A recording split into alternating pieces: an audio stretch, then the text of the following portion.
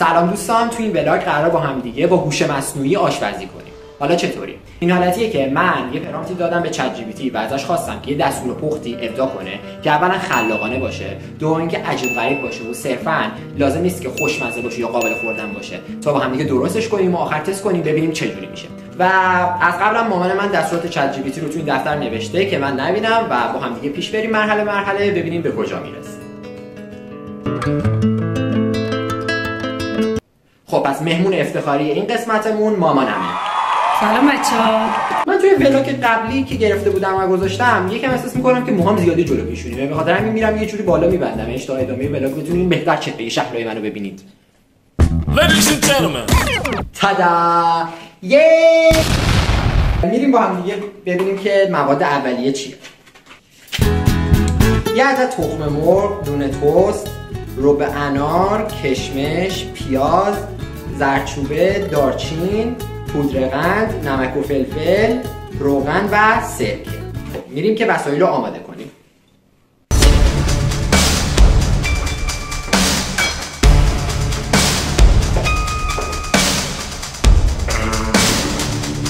برای نون توست هم از این توستای پروتئینی استفاده میکنیم.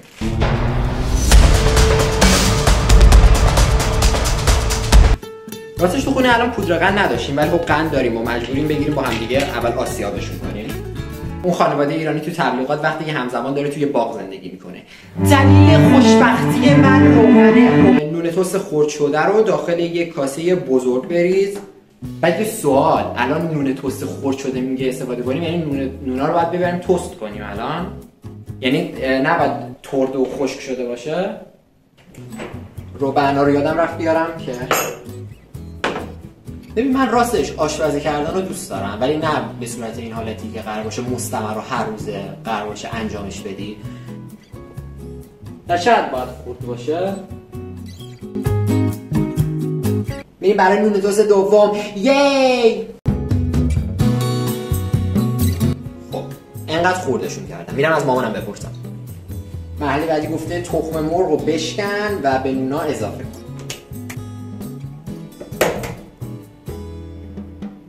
باور کنید تخم مرغ شکستن بلدم، چون اگه شما هم تایم زیادی رو توی خوابگاه زندگی کنید قطعاً به تخم مرغ احتیاج پیدا می‌کنید. خب بعدش گفته پیاز رنده شده، کشمش، ربع انار و سرکه رو هم بریز توی کاسه. بریم پیاز رنده کنیم. این کار رو تو عمرم انجام ندادم. خب چجوری پوست میکردم پیازو؟ من لفیدم. احساس میکنم همشو دارم از گوشت میکنم.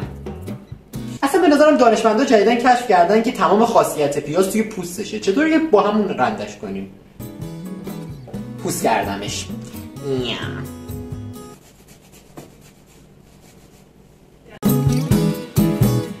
آقا از پیازه داره کم میشه ولی تقریبا انگار هیچی نمیریزه داخل ظرف. چشام. لا لا لا لا لا لا. الان احساس میکنم عادت کردم، میتونم تحملش کنم. نه عادت نکردم، غلط کردم. نه دروغ گفتم، عادت نکردم. اینا رو بریم بذاریم توی ظرفشون. کشمش ها رو اضافه میکنیم.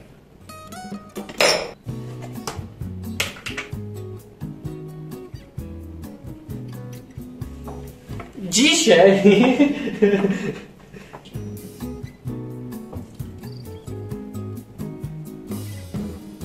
به نظرم کافیه چون ما هندی نیستیم. شما اینطورین که فکر کنین دارچین بوی بچگیتون رو میده؟ خب حالا باید بریم پودر قند و خودمون با آسیاب درست کنیم. مامان بزرگم همیشه بهم میگه که و اینطوری بود که من آدم موفقی شدم. و من بهش گفتم که مامان بزرگ به نظرت برای انجام دادن و بهش گفتم که ممنون مامان بزرگ بابت توصیه خیلی خوبت.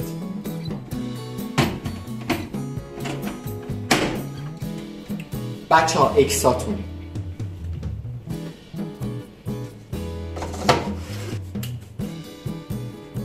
حالا گفته که با دست یا قاشق مواد رو خوب ورز بده تا یک خمیر نسبتاً چسبناک و قابل فرم دادن به دست بیاد. بریم دستکش بپوشیم.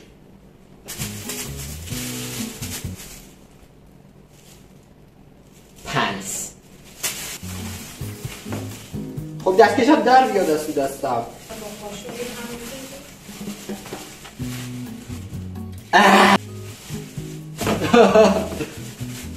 ببین در کل 3 مرحله داره دستور پختش و احساس میکنم که تو همین مرحله اول یه مقدار زوده که از مامانم کمک بگیرم. آیا باید دستکشا رو در بیارم؟ خوبه دیگه. واسه الان فکر کنم داری به من کمک میکنی شاید. نه کمک نمیکنم، نوشته که این زشته بگم ولی ترکیب شبیه پیپی شده. مرحله اولش تموم شد. یی!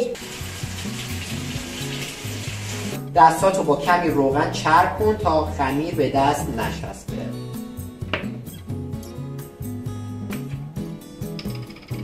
ببین من از چرب شدن دستام متنفرم ولی خب به خاطر شما انجامش میدم.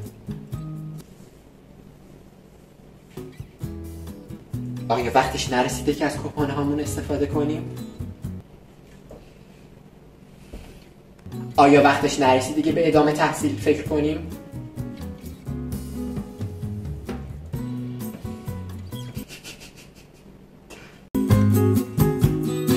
دارم مجازات یه گناه خیلی بزرگی که تو زندگی قبلی انجام دادم رو الان میدم. هزار تا موادی داره که کنار هم دیگه اصلا به هم دیگه نمیخوره. رب انار، کشمش.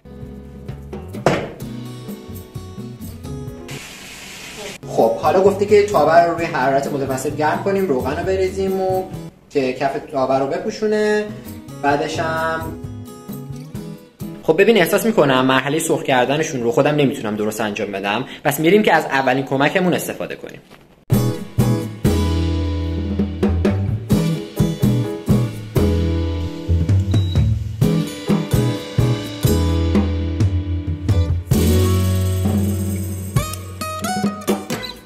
میریم که با هم دیگه تستش کنیم.